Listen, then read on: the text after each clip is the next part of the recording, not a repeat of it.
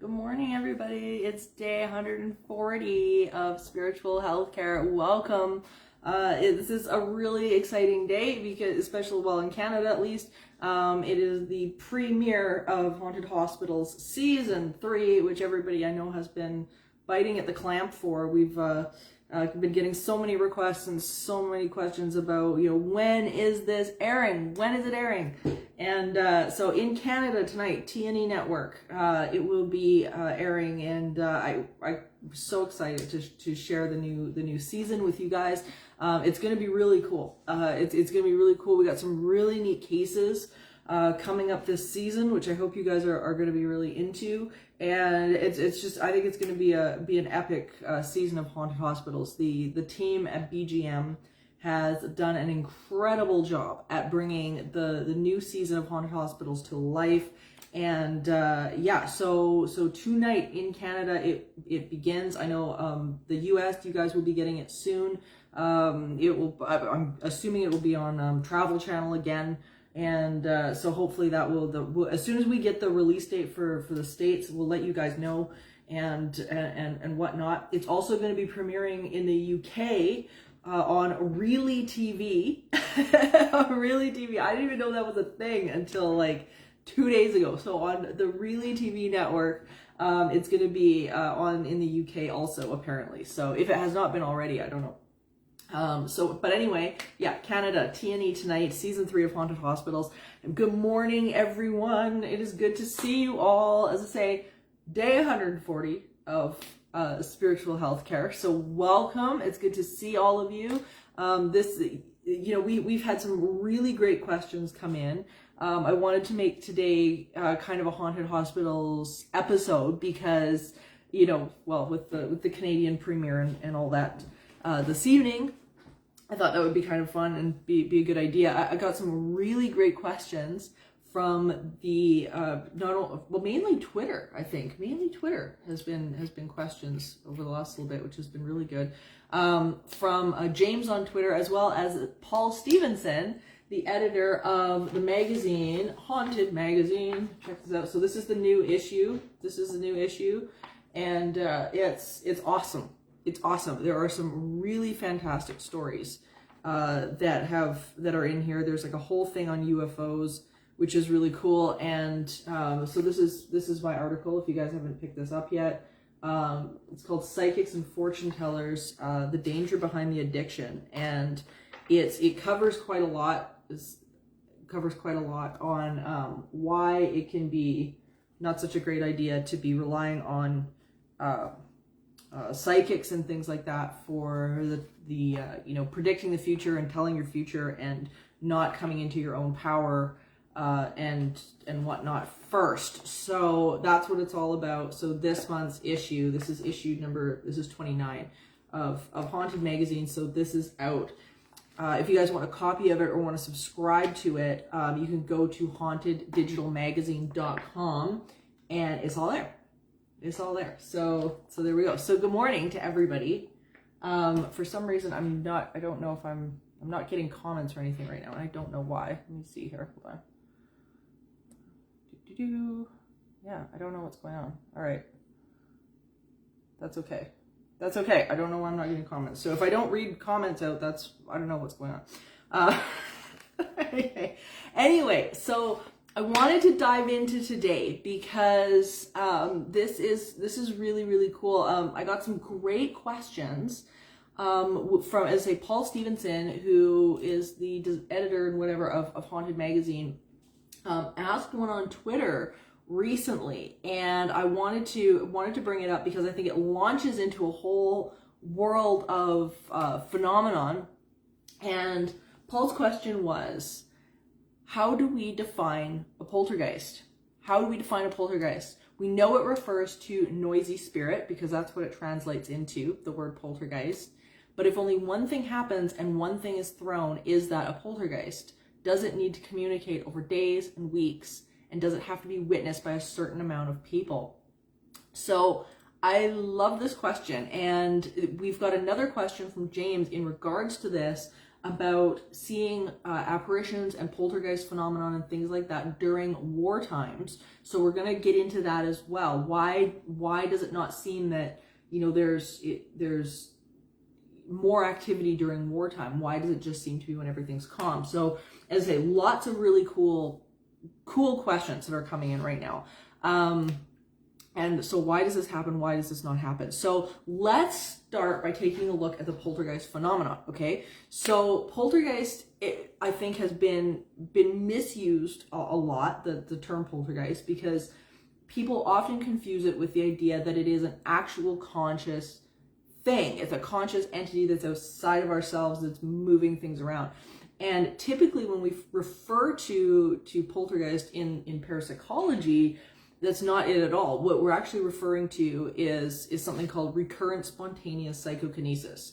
Okay, so it's a mouthful. Recurrent spontaneous psychokinesis. All right, so RSPK, and the term was actually coined in 1958 after a series of studies that were done on poltergeist phenomenon. And so this is where things get quite interesting.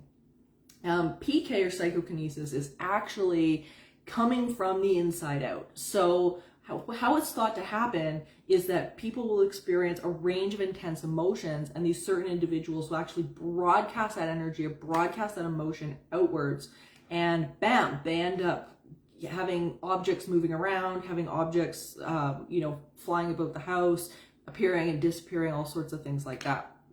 I dealt with a case quite a number of years ago now where the family was actually having issues with dishes getting randomly stacked up on their counter, like randomly stacked up. And then they were coming out in the morning and having chairs all stacked up, like in the movie Poltergeist, all sorts of like really weird things. And interestingly enough, it ended up, long story short, being tied back to the mother, who was under a lot of stress. And once she was able to settle down, then the activity settled down. So it was really interesting. And when they made that correlation, they also realized that it was during her burst of frustration that this activity would actually occur, would actually happen. So what defines poltergeist? What is that? So in the 1970s, there was a case study that was done, and it was 119 cases that were examined between 1612 and 1974. So pretty big group. And this is what they ended up discovering. This is pretty cool. 79% of these cases were associated with a living person. And in 1989, there was a study done in Germany of 54 cases. 63% were linked to a living person, which is huge. So as I say, in 1958, this term was coined to replace the term poltergeist, because poltergeist was being used a lot to describe it in movies. Of course, we all remember. How many people saw Poltergeist? Probably lots. I love that movie. I thought it was brilliant. I thought they explored a lot of concepts like video ITC and EVP and things like that that weren't being really addressed in a lot of other movies. And 41%, as they were doing these studies, and this is where it gets interesting, 41% coincided with family home problems, disruption in the family core, okay? And the rest were associated with things like workplace problems, workplace stress, and things like that. So there was a very famous parapsychologist by the name of Scott Rogo, and he stated that, and like when he started to study this, because he took this information and ran with it, he was like, what is going on here? Like, is it just one person? And he took it one step further. And what he did was he actually began to look at the household. Instead of trying to diagnose one person, one specific person with this issue of poltergeist, phenomenon or anomalies, what he ended up doing was looking at the whole household as a core. And he realized very, very quickly that this wasn't an individual problem. This was a household problem. And you might have like one person in that household that was the squeaky wheel, and was, the loud one or the frustrated one or the angry one or, whatever was going on, but it was a household dysfunctional problem. And it was the same applied to workplaces. It was a dysfunction problem. And I mean, we've talked about this so many times on spiritual healthcare in regards to my program, Teaching the Living, and many case studies on top of that, where it becomes a family dynamic. So Scott Rogo was very much about taking the blame out of it and take the blame off of these individuals and beginning to go, okay, wait a minute, this is a core household problem or a core issue. What is going on? So the physical components of this became very interesting as well, because at this point, everybody was going, okay, wait a minute. We know that, you know, there seems to be a psychological or emotional component to this. What about the physical? What is going on in the brain as this is happening? So what they discovered was 53% of these people that were exhibiting poltergeist abilities had either a mental or physical health issue, and those issues often included epilepsy. So this is really interesting because a lot of my clients that I've dealt with or whatever, you know, they don't have epilepsy, they don't have, you know, seizures, they don't notice this.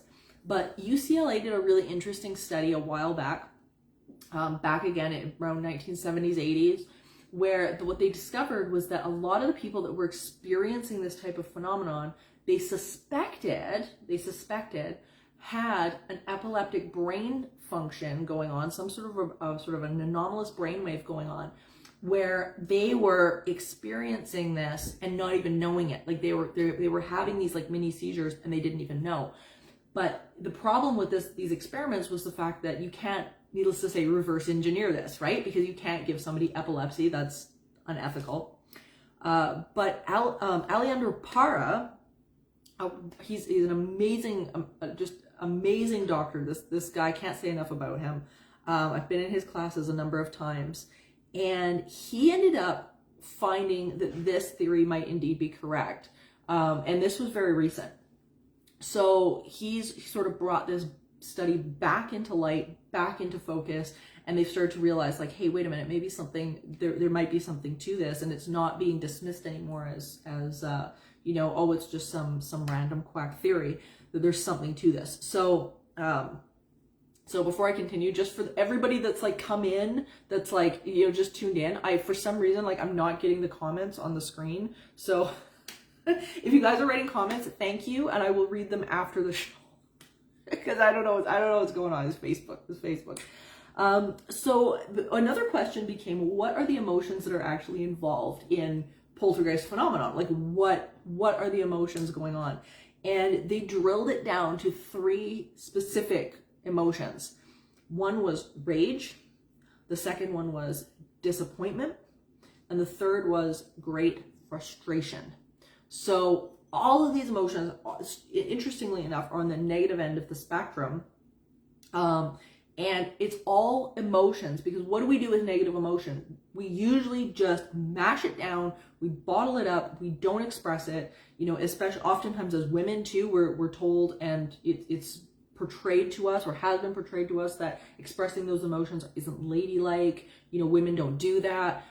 So things get bottled up really, really quickly. And of course, you know, with guys, you know, it's men don't cry, you know, they bottle up, you know, hurt, pain, frustration into anger and rage, and that's how it comes out.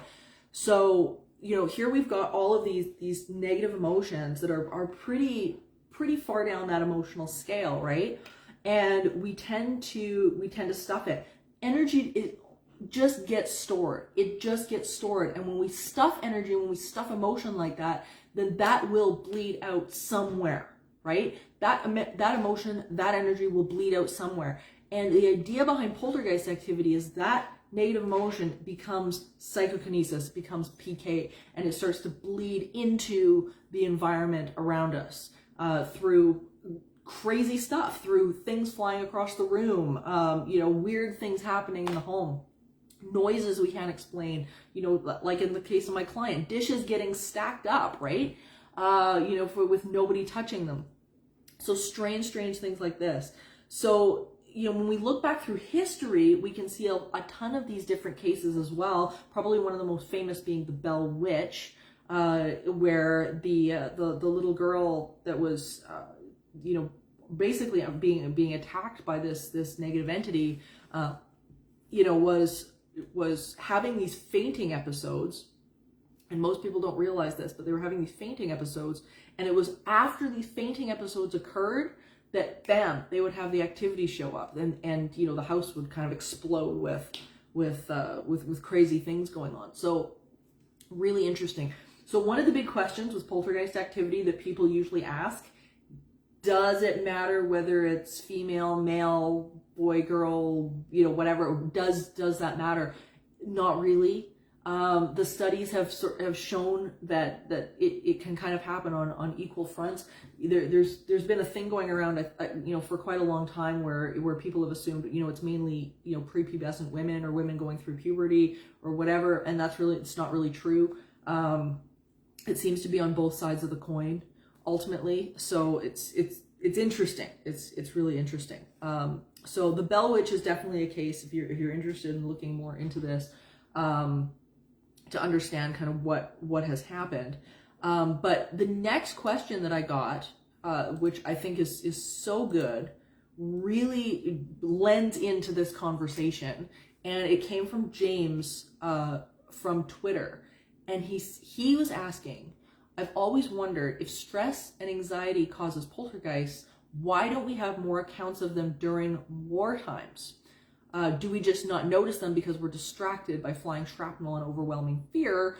Are there recorded cases of wartime poltergeists? The theory that stress, negative emotion causes the activity might explain why poltergeists appear to escalate. So this is really cool. And I thank you, James, for the question, because I think he's really touching on something that a lot of people have thought about, especially if you've got loved ones overseas. And there has been a lot of different reports, of course, of paranormal activity during war. I think it's underreported a lot of the time because, again, we've got a situation similar to doctors and first responders where, you don't want to look like you're not coping. You don't want to say something that's going to make you look crazy and get you labeled as, maybe disturbed or mentally ill. I mean, you get discharged pretty quickly. So are there ghosts in war? So in haunted hospitals, and this is why I wanted to kind of touch on this as well. On haunted hospitals, we've had a number of cases where we've had both what we call crisis spirits and actual spirits showing up to help out, to warn people. We had a really, really great case, and I don't remember what season this was. I think it was the first one, where there was a fellow who was working in the field hospital, and he had quite a number of patients. He was looking after all these people, and he laid down to go to sleep, and he saw one of the generals come in. And the general, he was checking on the patients, really unusual for a general because they're usually not involved in that at all. And he ended up coming over and waking up this medic and saying, hey, you got to get up right now. This is an emergency. You got to get out of bed. And anyway, long story short, it turned out that there was, I believe it was a tree. There was quite a storm outside, and this tree ended up crashing into the hospital, and it would have killed this guy. It landed right where he was laying. It would have killed this guy had he not been woken up by this general, and the general was never there. The general he was long gone, had passed away. And it was really, really neat. And he didn't know that until he started talking to the patients, and the patients were going, dude, there's no general here. What are you talking about? There's nobody here. We didn't talk to anybody. What do you mean? So that kind of thing happens quite frequently. There was another case. There's an incredible castle in Ireland known as Castle Leslie. And Castle Leslie, beautiful place. And it's famous for its spirit of Norman Leslie, who was a soldier during the war. And he ended up, they'd sent him off to war. They hadn't heard from the kid in a long time. And all of a sudden, one of the housemaids saw Norman standing on the other side of the lake. There's a lake right beside Castle Leslie.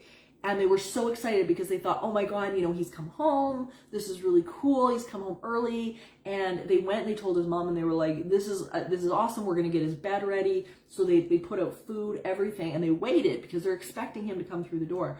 And he didn't. And it was about a day or so later, they got a letter with the news that he'd been killed in battle. And he's been known to be in the castle ever since, and he actually ended up helping them save the castle when ownership came into dispute. So, and he's been around ever since. So the people that have stayed there, you can stay at Castle Leslie, and they've seen him. They see him wandering around his bedroom, which is known as Norman's bedroom still, and whatnot. So people have reported seeing, dead friends on the battlefield. They run to catch up with them and they're not there. They disappear. They find out later that, these people have passed away. But poltergeist activity, we all know, is pretty specific, right? Like, this isn't some spirit that's coming to visit. This is something that's internal, that's coming from the inside out. So why don't we experience more of this or hear about more of this in wartime? I think the answer is twofold. I think, first of all, you've got, or I should say threefold. First of all, you've got the fact that there is so much going on around you. Stuff's moving all the time, right? You're not focused. You're not paying attention to anything but what is right in front of you. You've got times of extreme stress. You've got people who are, they've got a job to do. They're focused and whatnot. So that's, I think, a part of it. The second part of this is that I think when you've got any sort of situation with first responders or hospitals, like doctors and nurses, again, mentioned this before, people afraid to lose their jobs get reported as crazy, all sorts of things like that. So you've got that factored in. But the third factor that I think that people don't realize is that when you're under that level of intense focus, and when you are in crisis, if any of you guys have ever been in a situation where you are in an extreme emergency, it's right there, you've got to plug in, you really do have to close your emotions down. So as much stress as you might be under, the anger for another person or the anger for an enemy or an anger for that's not really the present emotion. You have got to be focused. You've got to be tuned in and really put that baggage aside in order to get that job done. So, and that's oftentimes where things like post-traumatic stress come in later, is that, you don't feel, and then bam, everything stops. You go home, you get to sit in it, and then you do have to actually sit in and deal with the actual emotions that come up later. So my guess about this, and I don't know of any studies that have been done on this specifically, but specifically on wartime vets, but my guess would be is that if there is going to be poltergeist phenomenon or PK phenomenon that is going to occur, it's going to be when they get home. It's going to be when they have the time to decompress, when they, you start going through therapy and all those emotions start to actually come up to the surface, when you're not trying to put on a face or a front, that's probably when you're going to see this stuff start to crop up. As Scott Rogo, and so many others discovered, is that it becomes a dynamic problem, not only with the individual, but with the environment, with the people around them, with the people that they're interacting with, and the inability to express that emotion in a constructive way. It's one of the reasons why, even with my program with Teaching the Living, I've always been really focused on making sure that people are healing their stuff, because oftentimes if you've got a case like this where it is poltergeist related, they're going to turn around, go and work through this, and all of a sudden you're going to see that activity start to stop, whether it be a negative haunting, or whether it be something where it is coming internally. Ultimately, what you're doing with your emotions and what you're doing internally is going to be the resolution at the end of the day. And you can couple that with ritual, with prayer, with with whatever it is for you, But at the end of the day, it really does come down to how are you dealing with that stuff.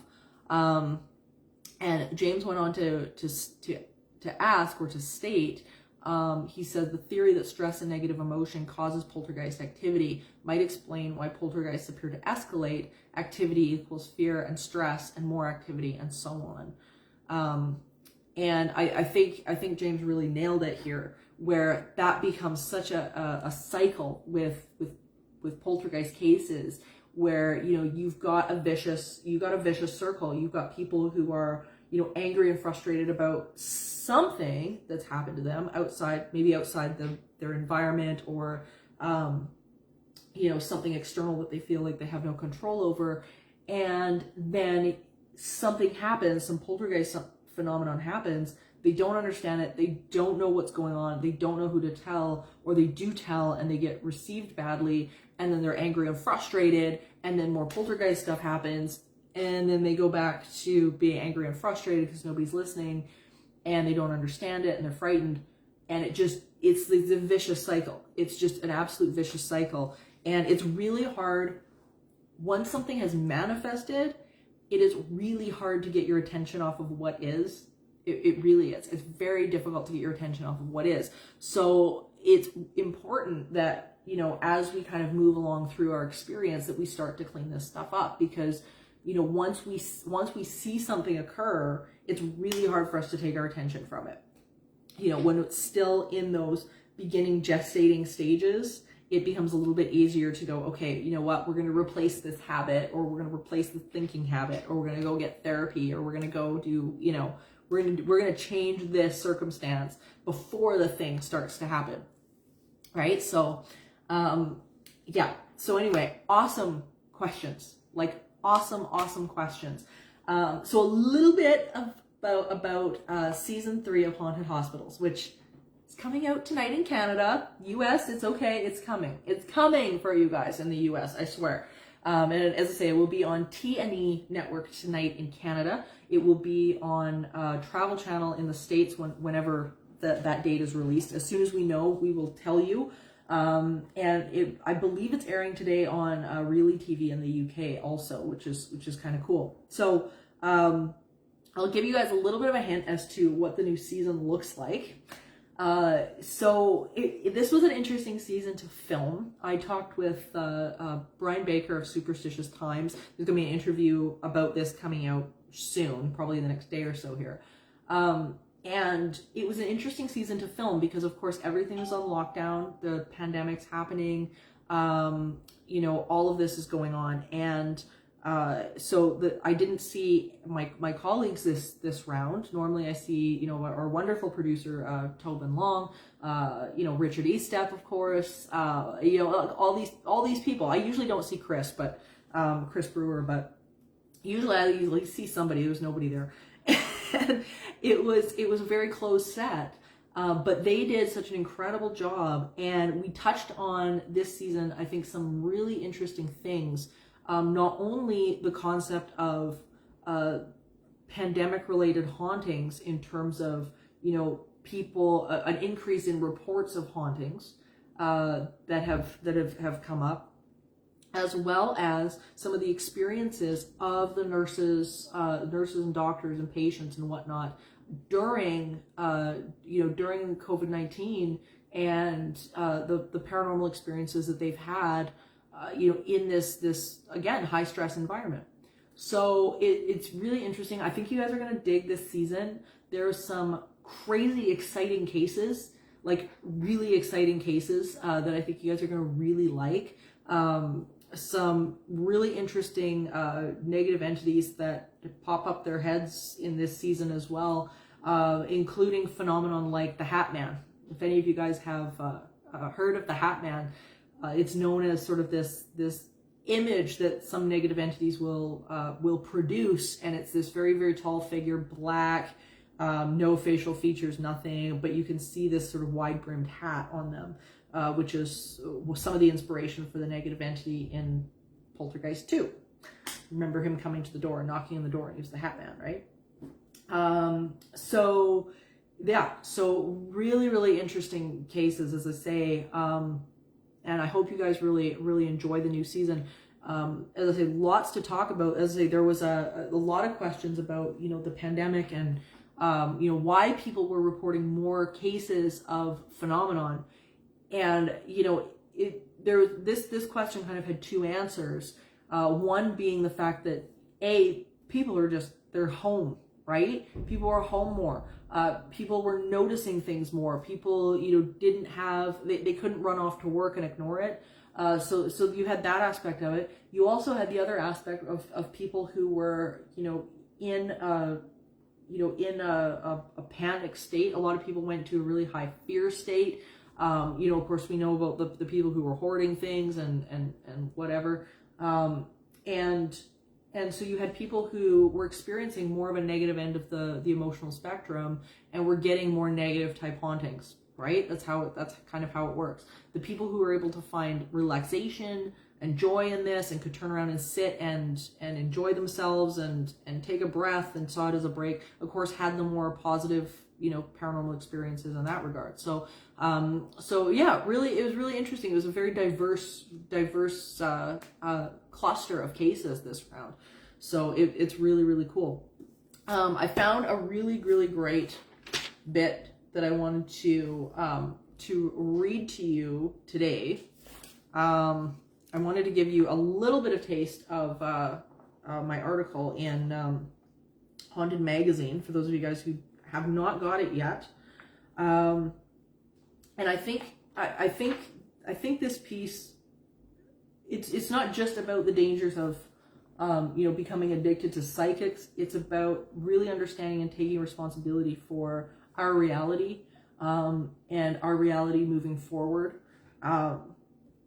So I wanted to give you guys a little bit of food for thought. I hope you guys enjoy the article later on, but here's a little bit from it. However, measurement outcomes cannot be predicted with perfect accuracy. We can only calculate the probability of getting a certain outcome, leading to something called the Born rule. The wave function assigns an amplitude to each measurement outcome, and the probability of getting that result is equal to the amplitude squared. So then, what is probability? There are two categories on the surface: objective or physical. Think of a coin toss. But there are also subjective and evidential views that take into account people's perspective, filters, belief systems. Quantum mechanics, as it is currently understood, doesn't really help us choose between competing conceptions of probability, because ultimately you can find a formula in quantum physics for all of them. In the end, we can look at this as a way of self-locating uncertainty. All we must do is consider the set of all possible worlds, all the different versions of reality one could possibly conceive. In other words, all the rooms in the house. In some ways, the role of probability as expressing our personal preferences and desires about which of these possible worlds is the actual one. Now we are in the realm of exploring new universes, new realities, and choice-making, rather than simply flipping a coin. So, what does this all mean? It means good news and bad news. The good news is, you get to choose. The bad news is, you get to choose. It's not the prospect many people want, even though they think they do. This concept comes with something profound and rare: responsibility. Without the crutch of having someone to tell us that we have no choice, our future is pre-written, it means the only one who can take ownership is us. We are forced to iron out what we really want, what we don't want, and how we can co-create our reality moving forward. Unfortunately, the last piece of advice one often gets from a corner store psychic or fortune teller is, you create your reality.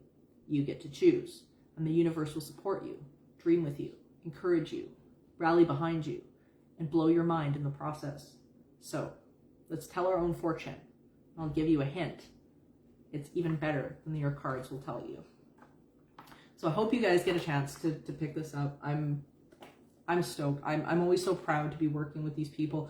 The writers in here are amazing. We've got Katie Waller, and who's a really amazing photographer. My friend Richard Estep from Haunted Hospitals, he's got articles in here as well. Brian Baker from Superstitious Times, awesome people. And everybody just comes together, every issue and just blows it out of the water, and I love it. So that being said, let's do some affirmations. I'm sorry I can't see the comments. I don't know what's going on with Facebook with the comments thing, but I will read them all after. I will read them all after the show, and whatnot. And if there's any questions or anything like that in there, we'll get to them next Wednesday. We'll do next Wednesday. Okay. So we can't go anywhere though without doing some affirmations to get us into the right mindset, and for all the Canadians out there to get us ready for haunted hospitals tonight. Just saying. Anyway, oh, and the other thing I should tell you guys, Haunted Hospitals season 3 will also be on Amazon Prime. So there's that was the other piece of information that I had for you guys. It's on Amazon Prime, and the States, I believe, have more of it than Canada. So I didn't know that there was an Amazon Canada Prime and there's an Amazon US Prime, but I guess there is. So anyway, there is. So it is. There will be on Amazon Prime, including season 3. Yay! So, so if you have it, look for it. Check it out. Check it out. Check it out. And one last thing as well. For those of you guys who are like my fire performances, there's a new video out. I just threw it onto the Snake and Pyre website, so snakeandpyre.com. And it's on the Facebook page and stuff like that as well. It's called My Little Bird. And we just finished putting this thing together, and it's amazing with music by the amazing Michael Moriarty, and it looks pretty cool. I'm really happy with it. So check that out if you guys are interested in any of my fire stuff. So, alrighty guys, let's do some peace affirmations, shall we? Here we go. So everybody, take a breath.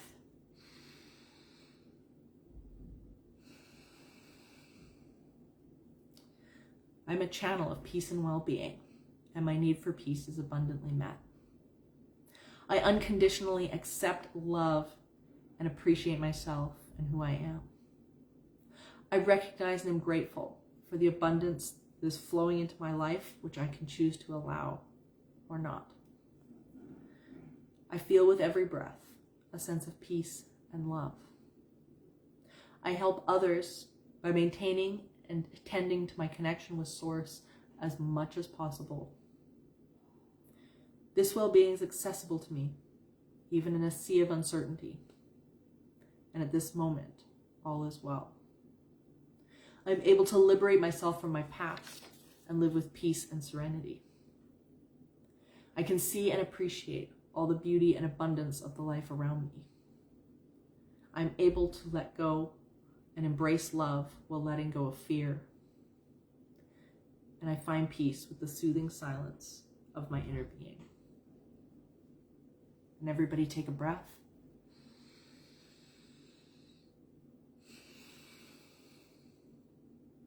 Thank you guys for this awesome morning of spiritual health care. I hope it clears up some poltergeist questions. And whatnot. I hope it helps. I think it's such a fascinating subject. And if you guys want more information or more papers on poltergeist phenomenon, go to the Psy Encyclopedia. I highly recommend it. The Psy Encyclopedia. Probably one of the chief researchers of poltergeist phenomenon that I would recommend would be Dr. Scott Rogo. Really noted parapsychologist, so his last name is Rogo. Check him out.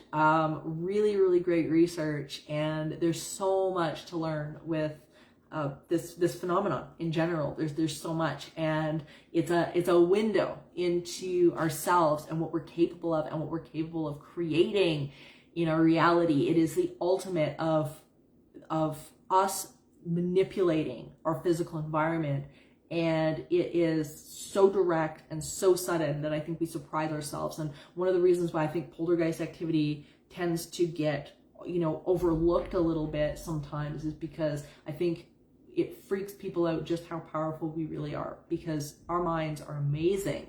We're amazing, and we create our experience around us, and poltergeist activity is a really great example of that. So I hope you guys have an amazing week. As I say, I will read all the comments when I'm done here, and this of course will all go up on entityseeker.ca as well as youtube.com/entityseeker. It will all be available for you guys if you want to go back on this class or any of the others.